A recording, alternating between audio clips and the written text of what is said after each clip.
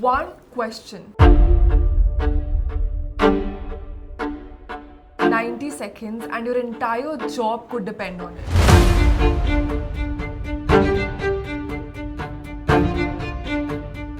Hi Khushi, welcome to the final round. So first, tell me something about yourself.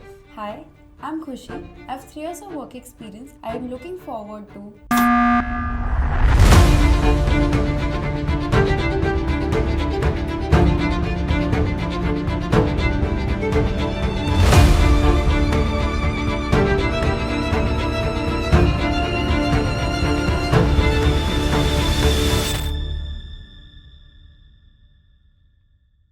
Hi Khushi, welcome to the final round. So first, tell me something about yourself.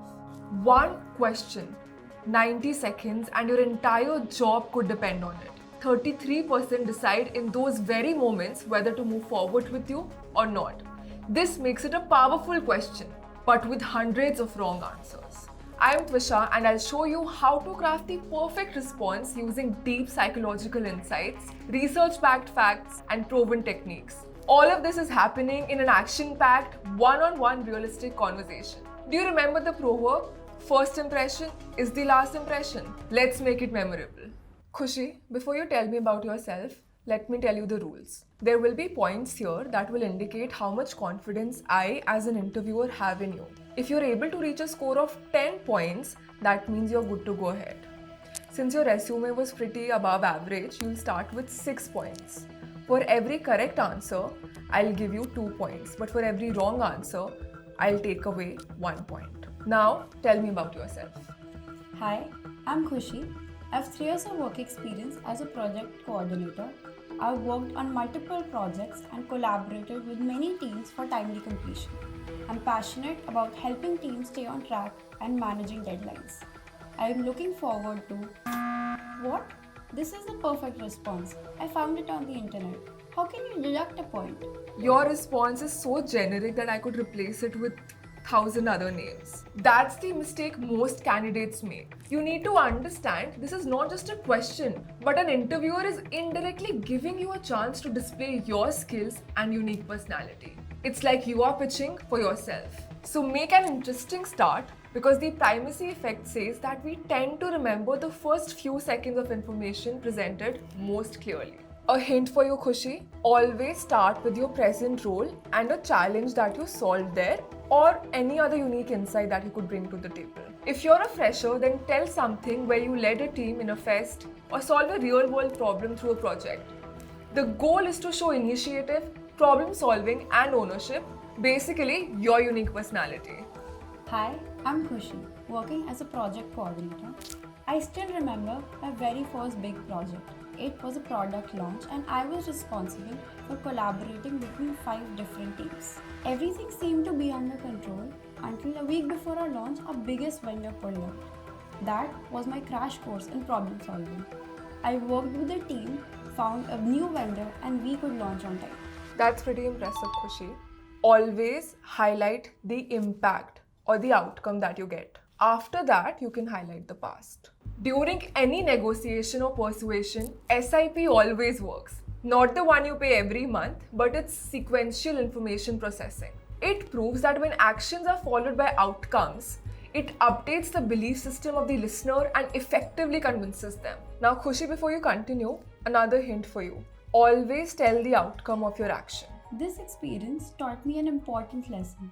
I realized project coordination is not just about management, it's also about adaptability. From there, I made a list of backup vendors that reduced project disruptions by 40% in the next 15 projects. Khushi, you're quite close. Do you remember I told you in the beginning that these points are like confidence meter? If you pitch yourself this way, your interviewer will also be impressed by now. Why it worked is because of halo effect. It's a psychological bias discovered back in 1920s. It proves that we form an overall positive impression of people just from one single characteristic or ability. That one story where Khushi showed quick decision making and leadership created a positive halo. Takeaway is simple. Always show what you did and not just tell. Now just tell us about your past experience and what makes you excited about our organization. then you're good to go. Khushi is easily winning, but this one's deceptively simple, like a landmine hidden in snow. And yes, she will step on it, losing her hard-earned points.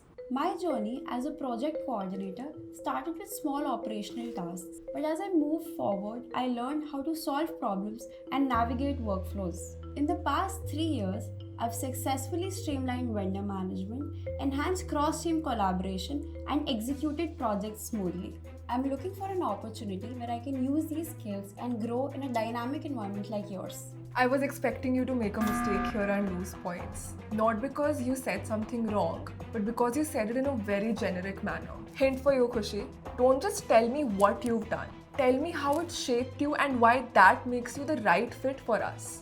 Earlier, I mostly handled routine tracking tasks. However, I noticed 60% of the delays were due to unclear handovers. I created a simple checklist, and within 3 months, delays dropped by 30%. That experience taught me that even without a big title, you can make big differences if you just stay observant.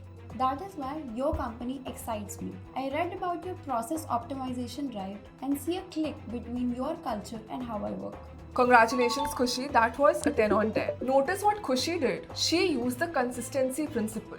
This principle says that people like to see traits that repeat. For example, if someone solves problems early in their career and still does it today, it builds credibility. Here's how you can simply do it.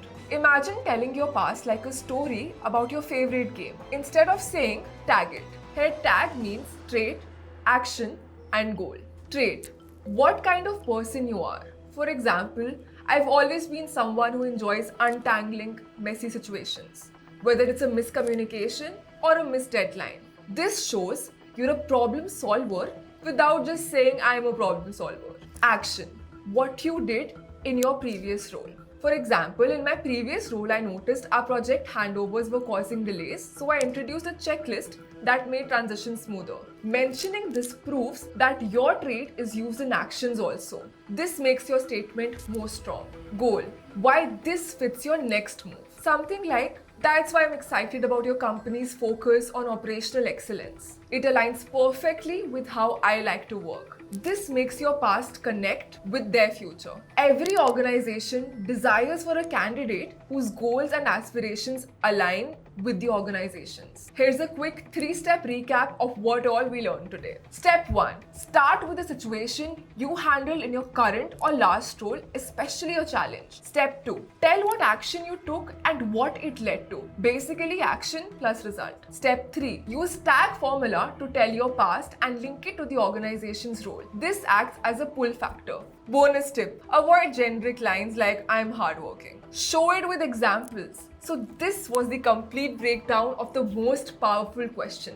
If you found this helpful, please like the video and please subscribe to the final round for more such content. Also, if you want to see which resume I finalized out of 100 while breaking down the techniques to write a great resume, click on the video appearing on the left side of your screen.